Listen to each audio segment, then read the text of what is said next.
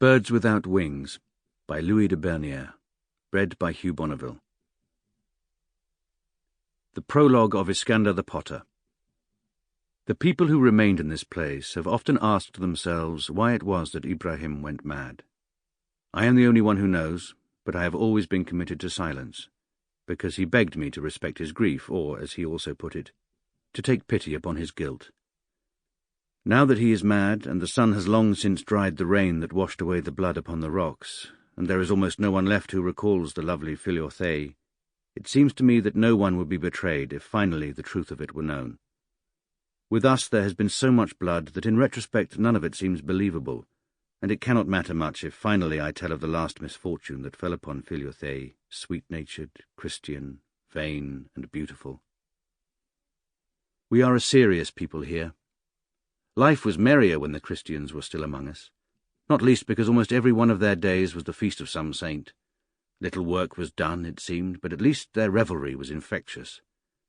Our religion makes us grave and thoughtful, dignified and melancholy, whereas theirs did not exact much discipline. Perhaps it was something to do with the wine. For them it was a precious and sacred thing, because they thought it was something like the blood of God, whereas for us the pleasure of it has always been soured since the prophet of God forbade it, peace be upon him.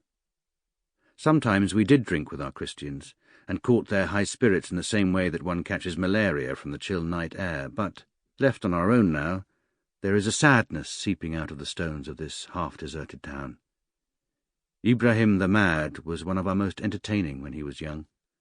It was said that there was a smile at the corners of his lips from the moment of his birth, and from early boyhood he was a specialist in inappropriate interjections. To be precise, he perfected a repertoire of bleats that exactly mimicked the stupid comments of a goat in all its various states of mind. A goat that is surprised, a goat that is looking for its kid, a goat that is protesting, a goat that is hungry. His most popular bleat, however, was that of a goat that has nothing to say. This bleat was the perfect parody of unintelligence, empty-headedness, inanity, and harmlessness. If you want to know what it sounded like, just go up past the ancient tombs to where the lime pit is. It is in the wild ground near there that Ibrahim the Mad still watches the goats, even though he is no longer sane. You will soon recognize the bleat of a goat with nothing to say. Ibrahim used to do it quite suddenly in the middle of a conversation or at a solemn moment in a ceremony. One day he even interrupted the Imam, Abdul Hamid Hodja, who was making some interminable point about the law, which was one of his habits, may he rest in paradise. This was under the plane trees where the old men sit in the Maidan. Anyway, Ibrahim crept up behind a tree, he was about 8 years old, and bleated quite suddenly when everyone else was listening quietly and respectfully. There was a shocked silence, and then Ibrahim giggled and ran away. The men looked at each other, and Ibrahim's father leapt to his feet, his face flushed with anger and shame.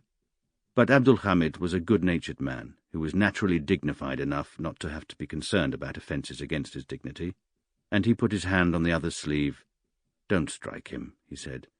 "I was bleating myself, and now someone else should have the chance to speak." Ibrahim's father was called Ali the Broken-Nosed.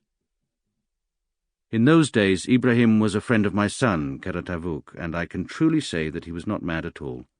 He was merely framed by God in a comical way. They say that for a madman every day is a holiday, but they also say that insanity has 70 gates.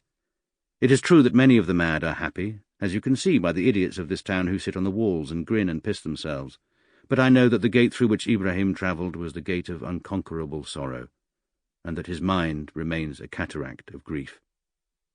I think that back in those days many of us were maddened by hatred because of the war with the Greeks, and in all honesty I include myself. But Ibrahim was the one among us whose mind was disengaged by love. Ibrahim blamed himself. The peculiar thing is, however, that nothing would have happened to Philothei at all if other things had not been happening in the great world. So it is my opinion that the blame belongs more widely, not only to Ibrahim, but to all of us who lived in this place, as well as to those in other parts who were bloodthirsty and ambitious. In those days we came to hear of many other countries that had never figured in our lives before. It was a rapid education, and many of us are still confused. We knew that our Christians were sometimes called Greeks, although we often called them dogs or infidels, but in a manner that was a formality or said with a smile, just as were their deprecatory terms for us. They would call us Turks in all. Sample complete. Ready to continue?